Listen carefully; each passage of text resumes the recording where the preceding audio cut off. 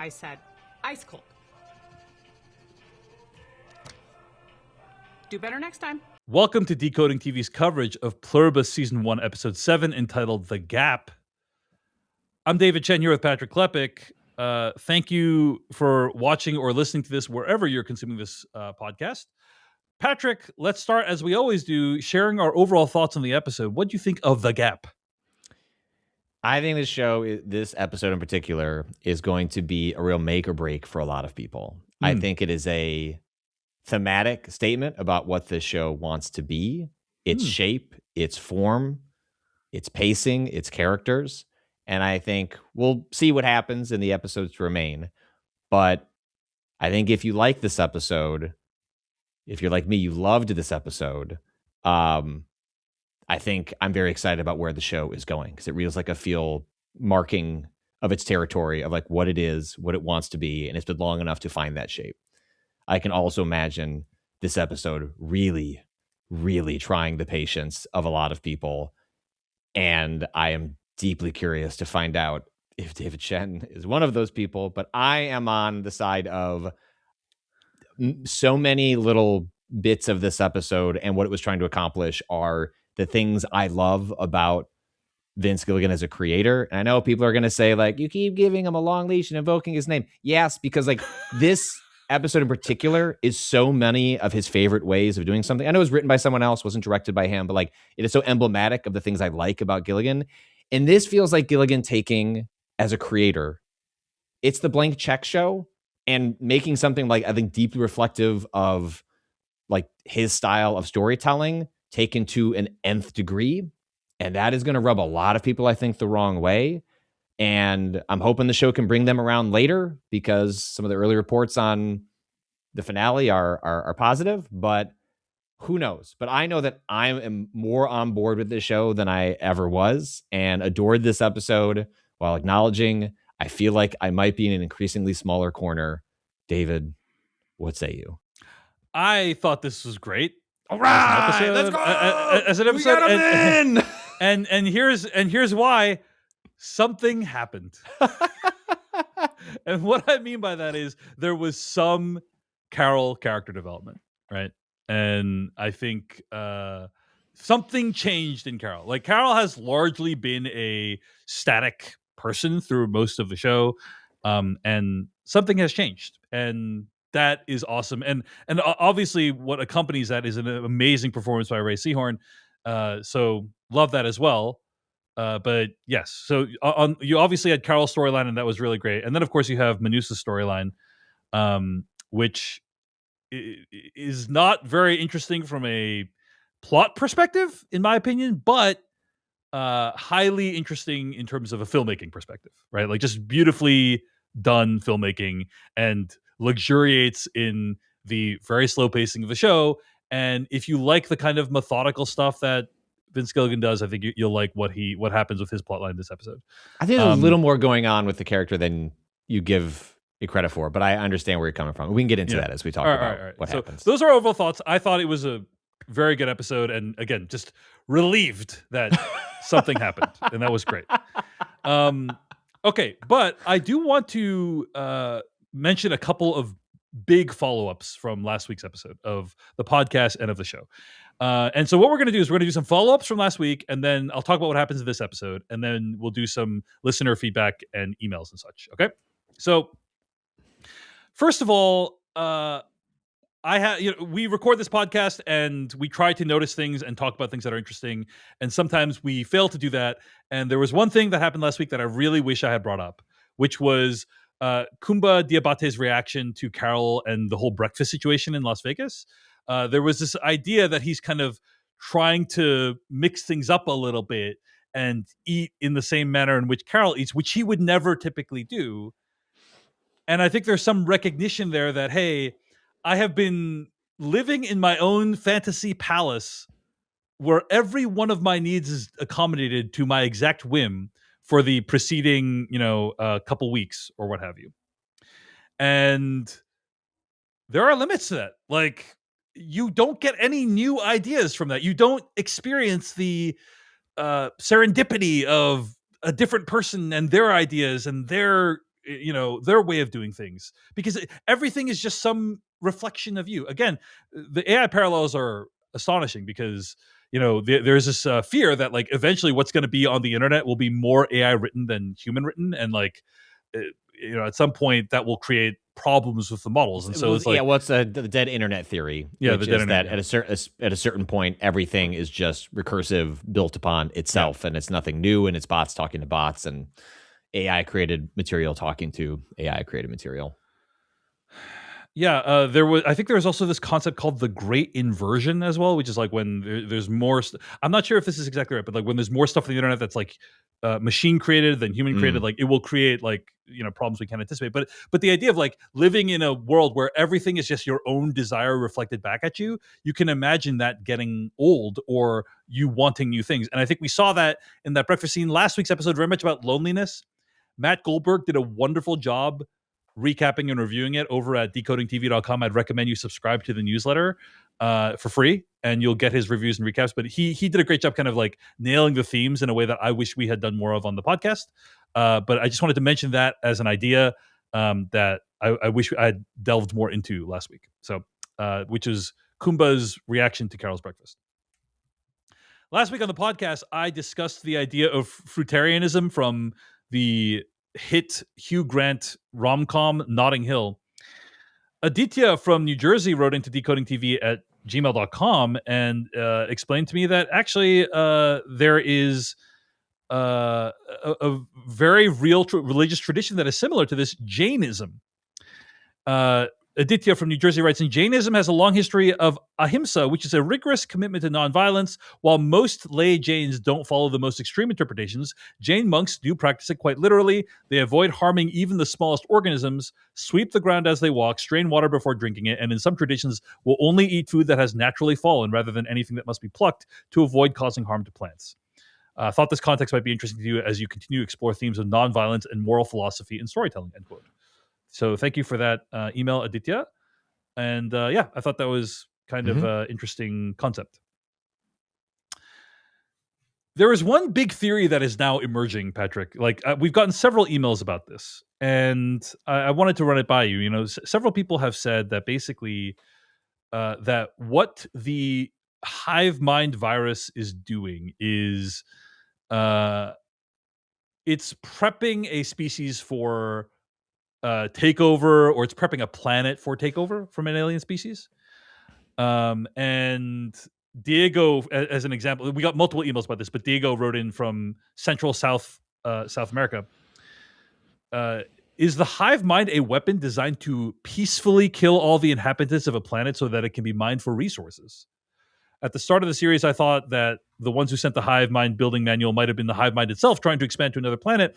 But with the recent reveal that not only is the hive mind incapable of killing life forms, but also that it will starve to death in 10 years, I'm wondering if the purpose of the hive mind is to quietly empty out a planet without it getting damaged by an invading force, end quote. And so there's a lot of theories about like, maybe it's to just like wipe out all the intelligent people, let the animals roam the earth, and then like an alien species can just come in and take over. This feels very plausible to me. Patrick, do you have any thoughts of that? No, as I've read versions of this theory, it makes the most sense, and also is the one that lines up with my personal belief that the aliens will never factor into like where it came from, who they are, what their purpose is. You can infer a lot from the outcome of what happens over the course of the show, if not for our characters potentially intervening. And that makes the most sense. It's also diabolical.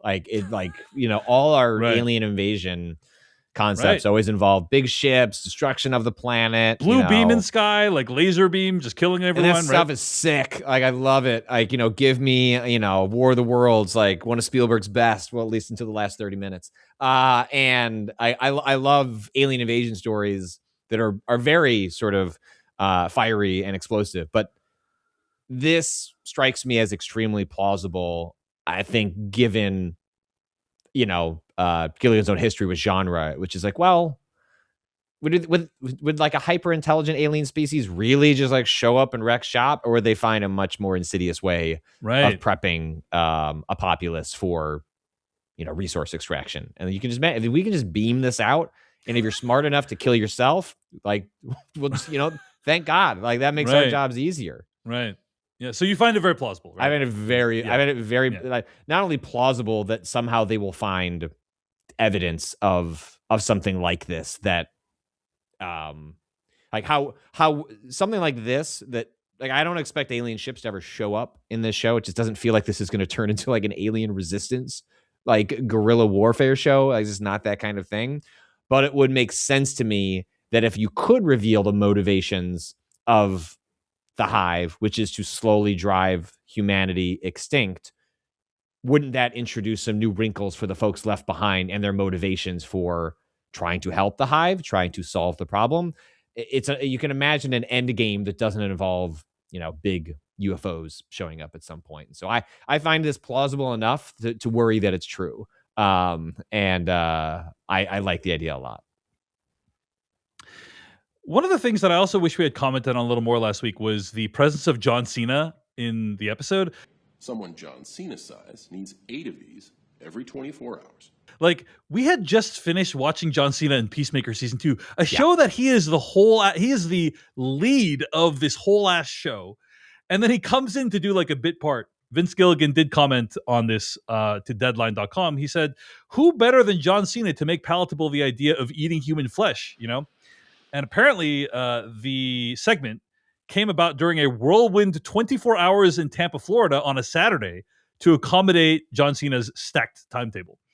Boy, that guy has a schedule, Vince Gilligan said. That guy is a busy guy, and he was nice enough to shoot this thing, end quote. So, but it was just like, it was a delight, and it was also just like, oh, wow, John Cena can lead a show and also not above just filming a little kind of bit segment on this one thing. So it was a delight to see him, and I did want to just emphasize that. Were you on delight? I neglected to bring this point up when we talked about the episode, but I highly disliked that he was the chosen.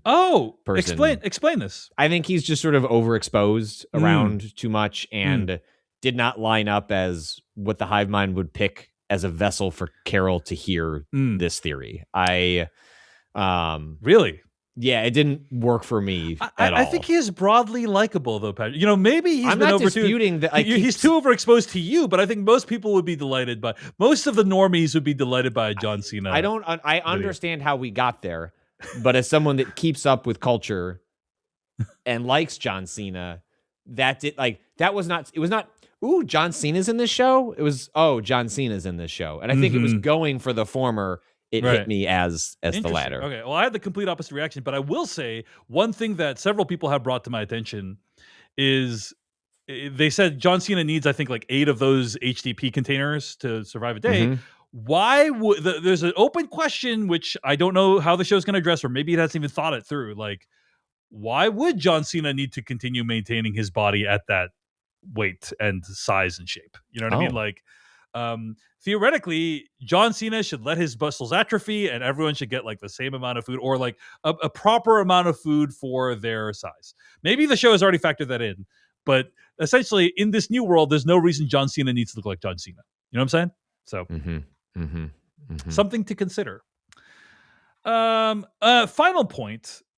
Last week on the show, I correctly identified that the Darien Gap would be a huge problem for Manusos this episode. So that's the transitioning from South America to North America. Like that is a rough space to be in.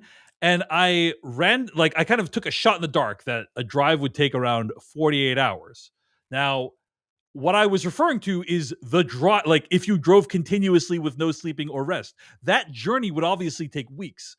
And so some people objected to my characterizing it as 48 hours. It's like, okay, in reality, the journey would take weeks, and that's assuming you could drive straight through the Darien Gap. So, like, I just wanted to clarify, like, I didn't mean to imply that you could just whip up there in a couple days. It is a weeks-long odyssey, and with no assurance of survival and success. And so, if I implied that it was like a very short trip, that's my bad. But I was trying to guess how long a straight drive would be, assuming you could drive through the Darien Gap, which you cannot. So just FYI, wanted to make that correction. Okay. That's all the follow-up from last week. Patrick, let's get to this week's episode. At a gas station on the way home from meeting Diabate, Carol gets gas, asks for a Gatorade, and takes some fireworks to her house. We then see that it is roughly 12 hours into the invasion, and we see Carol lights fireworks and starts singing to herself. Later, Carol plays golf, continuing to sing to herself, and she passes by some wild animals in the golf course, like buffalo, because all the animals are roaming free. Her cop car breaks down, so she switches vehicles to a car that has balloons and just married on the back of the window. In general, she's enjoying her life. She goes swimming. She takes one of Georgia O'Keeffe's paintings from the Georgia O'Keeffe Museum and replaces the print in her house of the same painting. Then she goes to the place where Helen and her had their anniversary dinner and asks the Hive to recreate several important dishes from their past. And that's kind of where we leave her for a little bit of time, right? So that is kind of Carol's story. Now, a few things I want to mention about this segment. First of all, I love the music supervision of this episode. And when I say music supervision, it's the songs that they chose to be in the episode. We got to hear The End of the World as We Know It. We got to hear like Carol singing it. We got to hear I Will Survive played by automated player piano. But my favorite was at the gas station. You could hear Baltimore's Tarzan Boy playing on in the background while Carol was scratching off scratch tickets.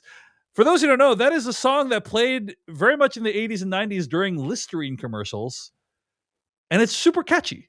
And it's just like, wow, this is really taking me back. And even if Carol is singing the songs, they still have to get it cleared. It's not as hard as getting the recording cleared, but they still have to get that song cleared or they have to pay for some rights to it.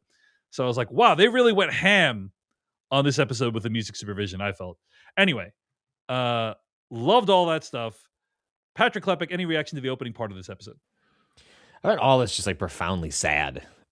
It's played for humor and for laughs, but I could not help but respond to the entire sequencing of events that she goes through as just, what if the world was your oyster? And there are different ways of engaging with that. We have different characters in Pluribus that engage with that in different ways. You could respond to it with your basest of impulses. You could wander and do whatever comes to mind. And her singing feels like this almost like fight or flight response to the lack of anything else happening in the world. The world is so empty. And she's a writer, and writers, I don't know how you feel about the writing that you do. I don't write for the sake of writing because I enjoy writing. I write because I'm writing for an audience. I'm writing for people. I'm writing for others. And if for some reason the rest of the world disappeared, but video games still kept coming out somehow. Let's just say they just did magical thinking. Yes. Would I continue to Well, you told in this scenario, you told the Hive, EA Games, and keep making them. Keep making them. Finish the new Mass Effect. Let's see. Would I write an article about my thoughts on the ending of Mass Effect 4? No. I guess I'd play it and I just sit with that. And so much about Pluribus, and I think is is best encapsulated in this sequence, which I think is ties to your compliment early on of responding to something happens, because the show has been building to this. I understand being frustrated about the journey it's taken getting there. I am hopeful that it will feel worth it as it crescendos and reaches a point. But I found all of this so profoundly sad and moving because it's depicting a fantasy. But usually when we see a version of this fantasy, I think of Home Alone or other what would you do if you could do whatever you want and have ice cream in bed and she does all this. But to what end? What is your purpose in life? Really? So you were sad. You were sad even before we cut to her 3 weeks later. Oh wow. I'm sad then. I was like, oh, she's living her best life. And I did get sad later a lot. So, Well, I think the reason I think that way is less how I felt in the moment as much as how I think about the episode as a whole, reflecting the show goes to great lengths to make this seem fun, right? She's singing, it's shot she's dressing up. oh, she's doing whatever she wants. Like, girl boss, like, Carol, get out there. You tell that hive that Gatorade wasn't cold enough. Like, go girl. Right.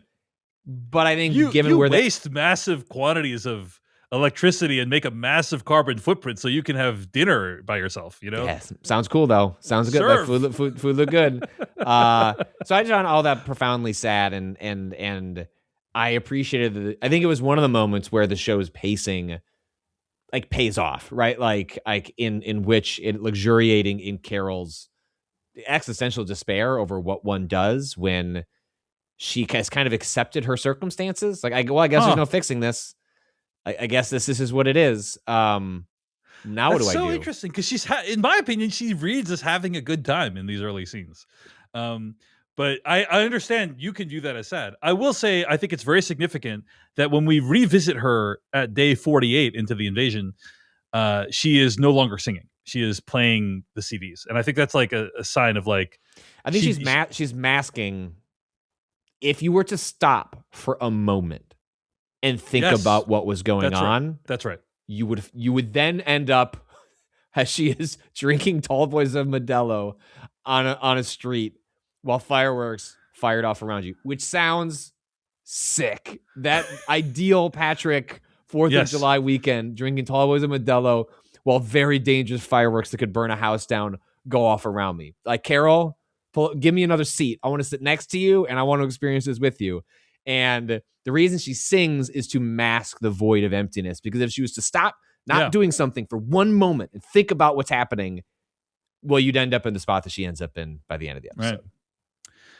We cut to Manussos making his journey to the Darien Gap. Along the way, the hive offers to help, but Manussos is determined to do everything himself, including siphoning and paying for gas. Like, he leaves the dollar bills on the windshield just in case. He's eating his own food, etc. Along the way, he learns English by listening to English lessons on tape. And I'm just going to say, Patrick Klepek, I have a feeling Manussos is going to show up in New Mexico and know English. And I'll just say, a cheat? It did. I have to. This is a consequence of doing this podcast with you, in which I cannot fully engage with the show on its own terms and how I feel about it.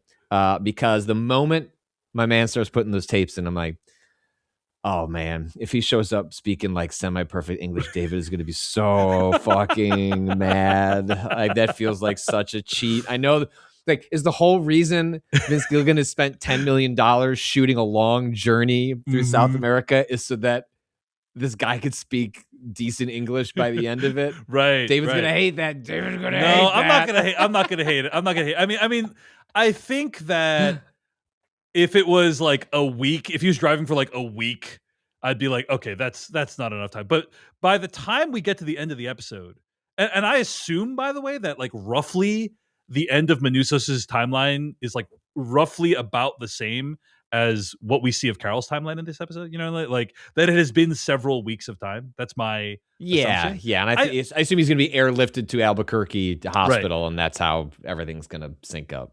I think if you have, if you're doing tapes, and just FYI, like, I'm living in Portugal right now. I spent many weeks like doing daily lessons, listening to Pimsleur and doing that. But I wasn't doing it continuously for like 8 hours a day. I'm doing it for like 30 to 60 minutes a day, right? And so, so I think if you're doing it continuously and it's multiple weeks, it is conceivable to me that you could have like an elementary understanding of English by the end of that time. I think that is actually plausible. I think like 1 week is like too short. Like 2 weeks is like stretching it, but like 3 weeks, that's like, okay, I get that. 3 to 4 a month. You're doing like 4, 6, 8 hours a day of tapes. I could buy it. It won't shock me. I wonder if the show, I think the show will, if Manussos is going to be a character B for this show, right? Carol's not going to learn his language, so like the only real solution here is for him to learn hers, and it's now made me wonder, like, is one of the cliffhangers of this season going to be a massive time jump?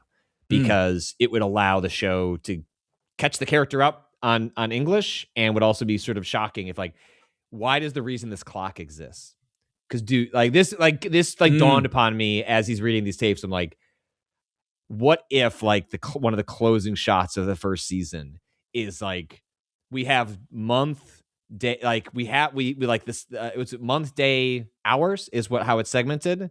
Like, what if all of a sudden it adds year, and then like we just like flash forward 5 years later, in a sort of a Lostian sort of way at the end of this season to set up whatever season 2 is, and also then plausibly he could speak perfect English, and the show could have these characters chatting. I mean, it's a good. First of all, Patrick, I like that this podcast has traumatized you so much that like you're now like, oh, Dave Chen's not gonna like this. This is gonna ruin my experience of the show.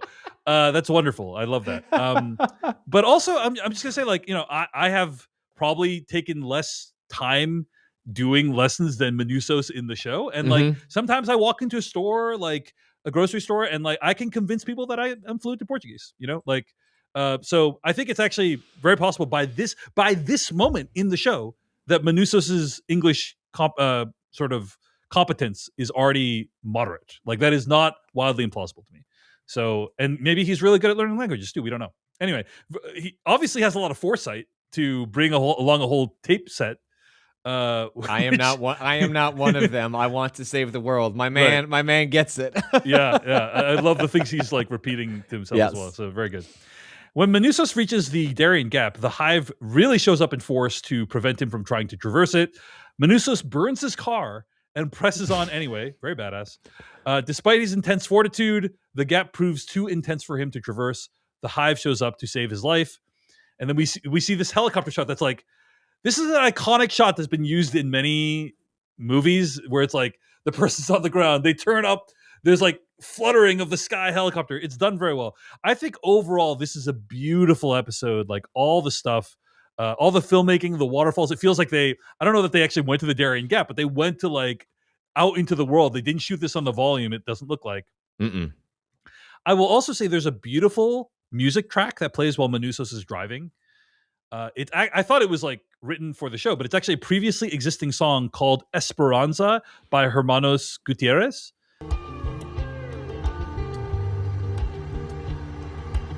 And it's like when he's driving and doing all his routines. It's a beautiful song. I listened to it after I watched the episode, and I love it. So again, it's Esperanza by Hermanos Gutierrez. Would recommend. Check it out if you enjoyed the music of the episode. Patrick Klepek, any other reactions to Manusos' plotline this episode? Well, another moment where you entered into my life while I was watching the podcast that was very funny was watching the show. Yeah. Was as it becomes clear this like a huge chunk of the episode is going to be his journey, and we're flashing to a map, and then my wife and I are looking at our phones to like kind of like chart that journey and see how far he is. My wife remarked like, "Oh, I guess he'll just be able to drive the whole way there," and I was like, and I go, well, actually, there is like glasses. I said, well, like there is some sort of straight water area that like would prove problematic, but I also wouldn't be shocked if the show was just like, hey, nobody knows what that is. Like, we're just gonna let our guy like drive all the way, and not seconds later he pulls up to this spot, and I was, oh god damn it, David called this on the podcast last week, and her response was, oh, of course he did. Oh wow. But compliment. I was saying it derogatory. I see. She was saying it complimentary. I see. She knew. My wife knew from listening to podcasts before we knew each other, and so she is familiar with your due diligence, and so she whereas I was being snarky. She's like, "But yeah, he probably did his homework." I'm like, "Oh yeah, David did his homework." Well, it's also like, I don't know that the show does this for everything, but when it does do it, it really feels like it has done its research, right? Like at the point that it was going slow, where I was like, okay, we can't cheat now because you're really making this character go on the journey, and you're showing us a map. Yeah, and people are going to look at that. You know, that's right. It was one thing if he gets in the car and cut to 1 month later, he shows up, fine, whatever. Like he got through it somehow, but it doesn't do that. Well, I mean, I'll just put this out there, like that. I think this episode is the reason you have the character come from Paraguay. Like they could have had him come from Mexico or another place where they speak a different language, and you still need to drive, but they're like, no, we want there to be some big cataclysmic thing. Yeah. And that is the Darien Gap. And by the way, like the whole way that's done where he like falls into the tree with all the spike, it's like, oh, horrifying. And just really, it's really well done. It's like a well done little, tiny thing. And the whole time I am thinking, hey, Manusos, just like accept some of the help, buddy. Like it's going to be fine. But per previous conversations we've had, there's something inherently valuable, I think, about the work that he is doing to do it all by himself, right? Like there's something about it. There's something about human effort that makes it different and distinct than what the Hive is doing. Yeah, I think that is true, but I think these two characters are on parallel emotional journeys, which is that at the heart of Pluribus is an affirmation that humans are not meant to be alone. And the Hive is a sense of being alone. Like it is a comment on individuality, on community, on relationships, and he takes that as far as he possibly can, just as Carol has taken it as far as she possibly can. And one character makes a choice to invite the closest thing she has to humanity back in her life. The other guy falls into a tree full of fucking spikes and has no choice but be saved by the closest thing that he has to community. Yeah. And it's not ideal for either of them. They're both making ethical, moral compromises. Yeah. I mean, Manusos involuntarily, but correct. Yeah. But I assume he wants to live. So yes, we assume we don't know, but we assume. Right? I think he's mad about it. But he does want to live, which is fair. Cut to 48 days, 16 hours, and so on. We're back in New Mexico. This is the biggest time jump the show has had since the first episode, I think. Right, like massive time jump. It's been 37 days or 36 days since we left off with Carol. So it's been a month. I do want to note that feels like a very I like that amount of time because it's not like 6 months, right? It's not a year. It's just a month. It's not, it's a while. You would feel that if you're by yourself. But it's not like an incredibly long amount of time. Obviously, it's made more long by the fact that Carol's by herself. So Carol's doing the same things as before, but she's a little bit this time a little bit different. She's not singing anymore. She's playing the music on CDs. She's still playing golf, but she's hitting the golf balls into an office building. And her fireworks display has gotten more elaborate. While playing the Stars and Stripes Forever, she seems emotionally detached from what's actually going on around her. And then there is a firework that's actually aimed at her face and almost hits her, but instead detonates the house behind her. Incredible shot, incredible moment of the show. And I do just want to say, Patrick Klepek, I think / hope it is no accident all the Americana imagery and sound that's going on in this show. I think and hope it is no accident. We saw Carol make a plea for I'm saving the world, standing next to the President of the United States crest on Air Force One. Now we see, hey, what has that approach wrought? She is sitting by herself, not caring whether she lives or dies, while the Stars and Stripes Forever plays in the background, right? It's almost like Carol is this avatar of white American womanhood that shows the results and consequences of American isolationism on the world stage. But I'm reaching. I mean, anyway. Look, even if you want to reach as far, it's very Trumpian, in which aesthetics matter more than anything else. It's the she surrounds herself with, American power, influence, aesthetics. To what end? To be isolated by yourself at the end of the world with no one that cares about you. That's right.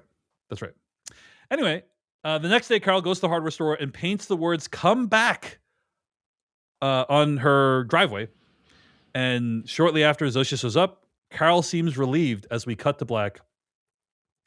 And this is just an incredible moment of, every now and then, despite some of the issues that I have with the show, Ray Seahorn shows she is one of the greatest actresses alive today. And I think this is an example of that. But she actually asked the Hive to come back. It is a profound moment of change for this character. And it feels extremely plausible given everything we've seen on the show. I thought it was a wonderful moment, played super well, and I'm really curious what the consequences of this will be. Patrick Klepek, any reactions to what happens at the end of this episode with Zosia, with Carol, anything else going on? I'm so glad that I was not surprised Zosia showed up. I'm not surprised that Carol ran to her. That was like really important that the moment in which she essentially breaks, snaps, like cries in front of her. She is no longer, this whole season has been her hiding her emotions or her emotions leaking out in private moments. Like the facade falls away, whether she's high on drugs or she's drunk or she goes into a room privately to have a moment. Here, it just all overflows. Like everything about Helen, the isolation, the invasion, like she can't contain it anymore. And I think it's a really important moment, especially for whatever comes next. I don't think the character that we knew Carol as would be capable of being a hero or participating in whatever comes next. But this character needs to sort of be stripped down before they can stand up again. And so I thought it was a very cathartic moment in the show. Loved it. There is also like this beautiful moment when Carol has finished painting the driveway, and then she's sitting in her house looking at the Georgia O'Keeffe painting before Zosia arrives. It's like a very quiet moment, only lasts like 5 seconds. She's kind of sitting there. Vince Gilligan gets a lot of mileage out of just showing Ray Seahorn's face like being very inscrutable. He did that in Better Call Saul, and I think he does it here. And it's just kind of like, what is she thinking in that moment? I think, I ascribe like she is reflecting on what her life has been for the last month, where she's been able to just do anything she wanted, but be completely alone, and realizing like, oh, like I am moving on from this. I'm saying goodbye to this and changing my attitude and opening myself up to the hive. Mm-hmm. And it's a lovely, lovely, powerful moment. So anyway, some thoughts on this episode of Pluribus. Patrick, a couple emails, and then let's wrap up. Okay. First of all, I wanted to say, in last week's episode, I think I predicted that Carol's stem cells would be harvested from her eggs somehow, right? A lot of scientists came into the decodingtv@gmail.com inbox and elsewhere and commented that actually embryonic stem cells, which is what they might have, would not necessarily be adequate. However, we just got this email right before we started the podcast today that like embryonic stem cells combined with other DNA would probably be sufficient. Like, for instance, they could... Email from v.gilligan@gmail.com. And they link to this story from BBC called Human Cloning Makes Embryonic Stem Cells. So the idea is that apparently eggs themselves don't have stem cells, but they could take some of her skin cells and turn them into stem cells using her eggs. So if the joined are using the gotcha parsing of language for technical loopholes, they could definitely get around what Carol asked for. And they said on the marquee, by collecting skin cells from her hairbrush or something and grow them into her eggs into stem cells, and technically not have taken stem cells from her body. So like, end quote. So anyway, wanted to acknowledge that apparently you cannot get like, or like they need full-blown adult stem cells. Like that's important because they say they're going to take it from the hip. And so, I just wanted to acknowledge that that's a thing. All right. And we'll see if that prediction comes true. Like it's if they use the eggs and then some DNA, it feels like it could do what they needed to do. Ji Xiong over at decodingtv.com. And, we got some great comments from paid subscribers at decodingtv.com. Thank you so much for being a paid subscriber. You get bonus episodes, ad-free episodes, and you're helping to support this podcast. Ji Xiong writes partially, I'm going to read part of his comment. One strange thing both David and Patrick didn't discuss was the possibility of the show revealing its true villain, Manusos, the storage clerk from Paraguay. No. Every time we switch perspective to him, the show is shot like a horror thriller. And I don't see a lot of people picking up on that. Deep contrast, silhouettes, long shadows. The emphasis of narrow spaces, uneven ground and landscapes, walls cutting and intersecting with the frame. There is some kind of madness to Manusos. He checked every single frequency and made notes of everything. Even to his own health, he never opened any of the locked lockers to try to find food until he definitely had no choice. The only interaction he has with another is of his hived mother, and even then, calling her bitch as she horrifically steps out from the shadows like a ghost or monster. This is pretty damn obvious to me about the character, but I could be wrong. I also think the frequency he marks in his note is how the hive possibly communicates. It's definitely going to be vital. The feedback loop he hears almost sounds like someone spitting into the mic, similar to the psst sound you hear when you don't have a wind cover over a microphone, almost to a rhythm, which reminds me of the opening theme of Pluribus with a woman humming a pattern over the title crawl. Possibly the show secretly reveals some stuff? I think another interesting thing could happen is Carol recklessly, essentially radicalizing Manousos into being the show's villain, comedically with Carol being behind again, realizing way too late the mistake she had set in motion. I think the show is moving to place Carol alongside in helping the Hive in contrast to Manousos by the end of the season. This fits narratively with how the Hive has been introduced to us on the show and with its interaction with the other characters, subverting the invasion trope, which the show is keen on always doing at every turn, end quote. All right, anyway. Manousos is the bad guy, and Carol and the Hive are going to be against him. What do you think, Patrick Klepek?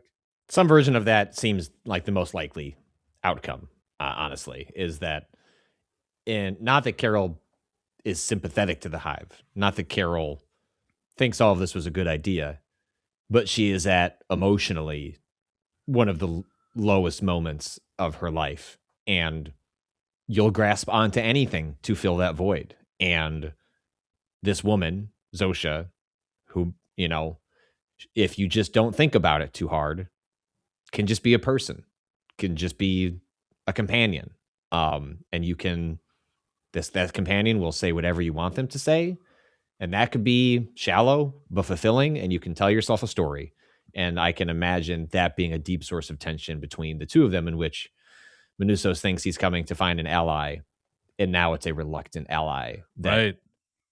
Carol now has something to, if she's accepted Zosha into her life, not the hive mind, but Zosha. Yeah. She has something to lose as a result. Because if you fix the hive, you lose Zosha.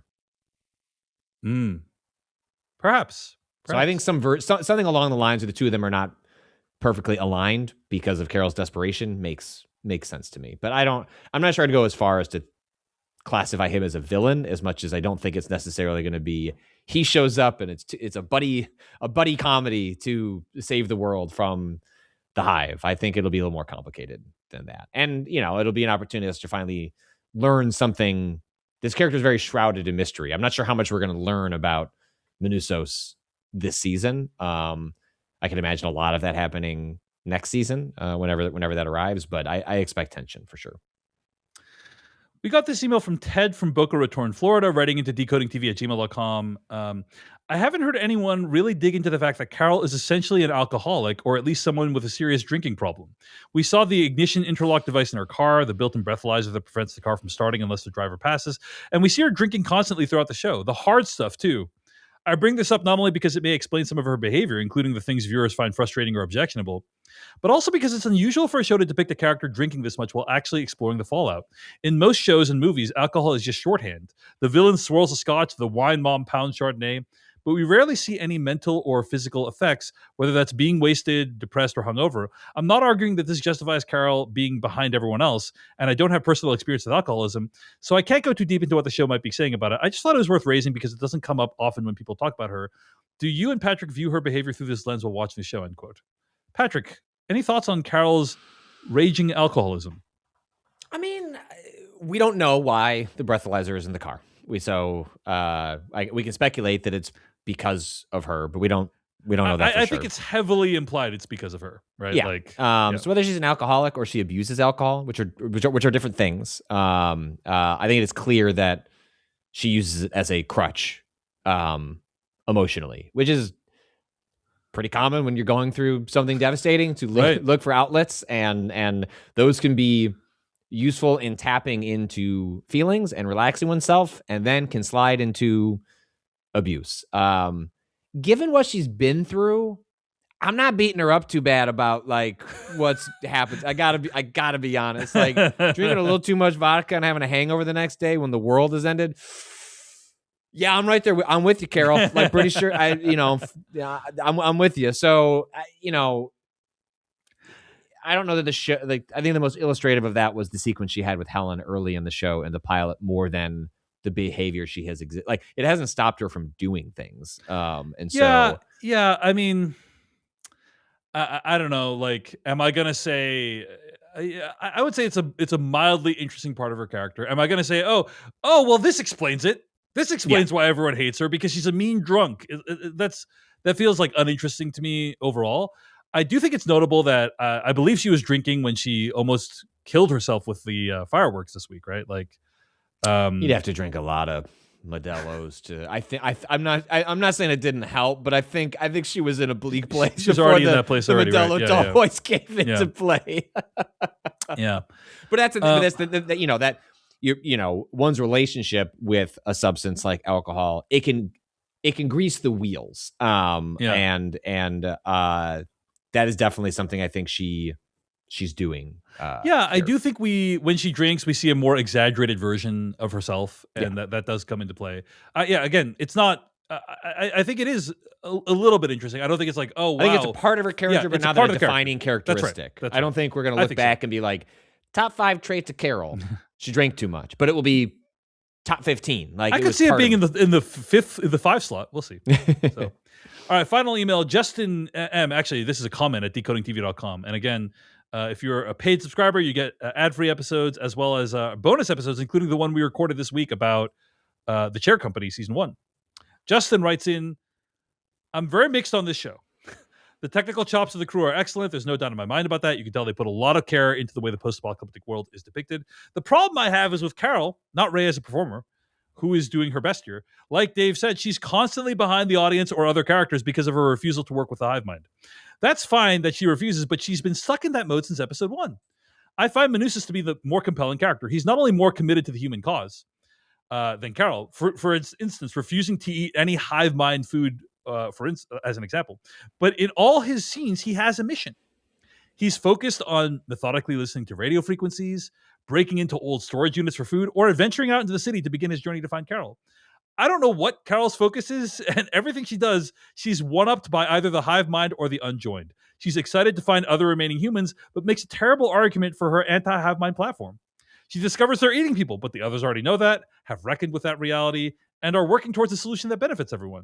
She seems so sure of herself when she tells the hive mind she does not consent to them removing stem cells from her body, only for most of us to notice the glaring loophole in that language.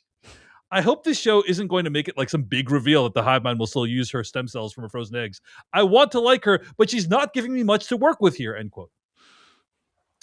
I bring up this email not only because it 100% agrees with me, but because I do think it's just interesting to note how Carol is depicted versus how Manousis is depicted, right? Like, Manousis is like trying in his way. He's like driving to move the plot forward. Carol is kind of doing the same, but she's behind everyone else is the problem, right?